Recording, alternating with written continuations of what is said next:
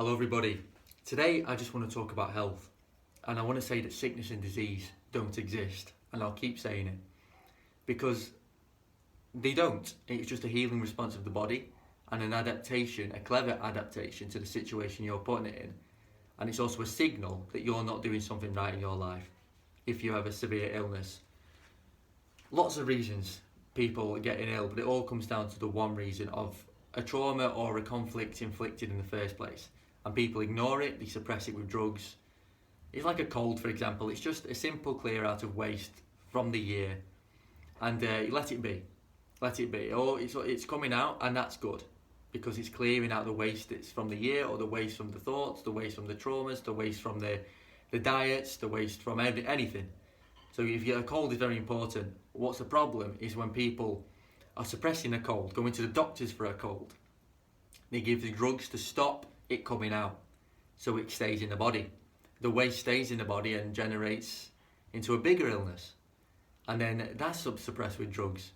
Suppressed until it becomes too big and too much for the body, and even then it'll try and heal, and even then you can heal, but sometimes it will get too much and people end up dying. But it's sickness and disease. It doesn't have to be in this world. People say, oh no, if God's good and everything, why is there sickness and disease? But sickness and disease is of our own making. It's not. We have free will to do what we want with our lives, and sickness and disease is a magical thing because it tells us what is wrong and what we need to work on. And therefore, I've just been watching the ants on a piece of fruit, and it's people think just because the ants are on the fruit, it doesn't mean that they are the ones who. But I'll use the fruit analogy after. I'll use a snail first. It's going to sound weird at the moment, but say the ants and the flies are on the snail, but they are not the ones that killed the snail, and it's just they are there to clear the waste as the dead snail, and they are magical beings that the world wouldn't be able to function without these creatures clearing away the waste, and that's their job, that's their purpose. It's amazing. And it's the same with viruses and bacteria. They're there to clear out the waste. It's all about waste. They are there, but just because scientists see them at the scene of the crime, it doesn't make it the perpetrator.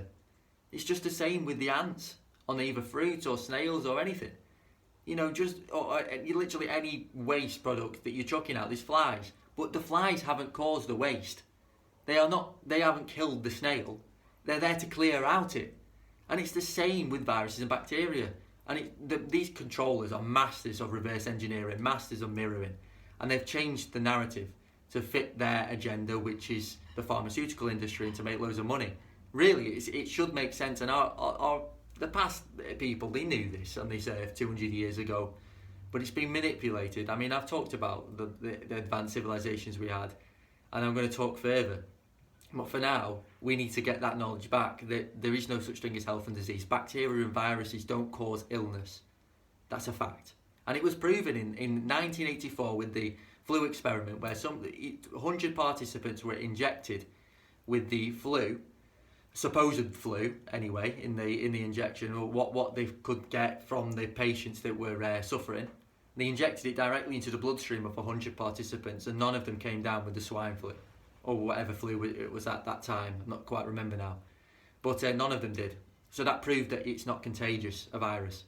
Because, first of all, a virus cannot live outside the body, even it says on the mainstream media, the mainstream internet. And you can't distinguish it between an exosome and a virus anyway.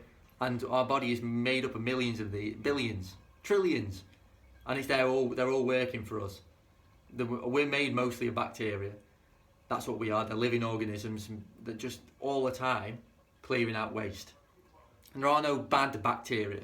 It's only balance. It's only balance. Balance is life, yin and yang. And they're there just to help us and keep us alive. And that's it. They're just there to keep us alive. And that's what we need to figure out now, is we need to find our way of getting back to source and getting back to nature, and to figure out how it works, because we need to solve the trauma which was inflicted in the first place, and that then will be able to help the ill people, and the really ill people, is to first of all solve the trauma, and change their life completely. Not just take away a few things of their life, change all their life. They have to change everything: diet, fitness, thoughts, emotions, everything. It has to change, unless they're not going to get better. And it's the truth. You have to put the work in to get better and heal. It's the same with injury. You have to put the work in to heal an injury. It won't just go on its own. You have to become better than you were before. It's about adapting and evolving, and the human being wouldn't be here if he didn't know what to do. But it's still, no matter how many drugs, no matter how many, we've kicked it and kicked the human body, it's still coming back. And that proves how powerful the human body is. I'm going to make a part 2 of this soon, but that's all I'm going to say for today. Thank you.